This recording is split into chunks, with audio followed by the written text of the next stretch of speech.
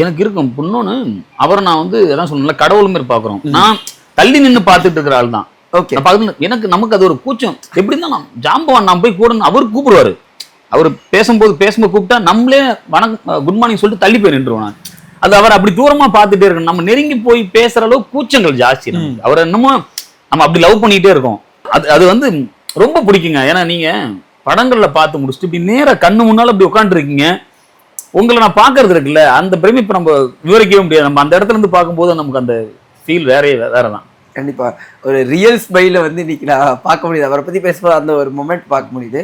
கூலி பத்தி சொல்லும் போது மிகப்பெரிய ஹைப்ல உருவான படம். அந்த படம் அனௌன்ஸ் பண்ண நாள்ல இருந்து ஒரு ஹைப் இருந்தது. என்னுடைய கேள்வி என்னன்னா, இந்த மாதிரி ஒரு ஹைப் ஒரு படம் கிரியேட் பண்ணும்போது அந்த படத்தோட டீமுக்கு இதை டெலிவர் பண்ணணுங்கிற ஒரு பயமும் இதுவும் இருக்கும்ல. பர்சனலா இந்த டெக்னிக்கல் டீம் சைடு இருக்குல்ல, ஆர்ட் டைரக்ஷன் சைட்லயும் அந்த ஒரு பயமும் பதட்டமும் இருக்குமா? கட்டாயமா. இந்த படம் மட்டும் இல்ல, இது கூடுதல் பயம். இதை தாண்டி பயத்தை தாண்டி நம்ம வேலையை ரொம்ப சரியா பண்ணிடணும்.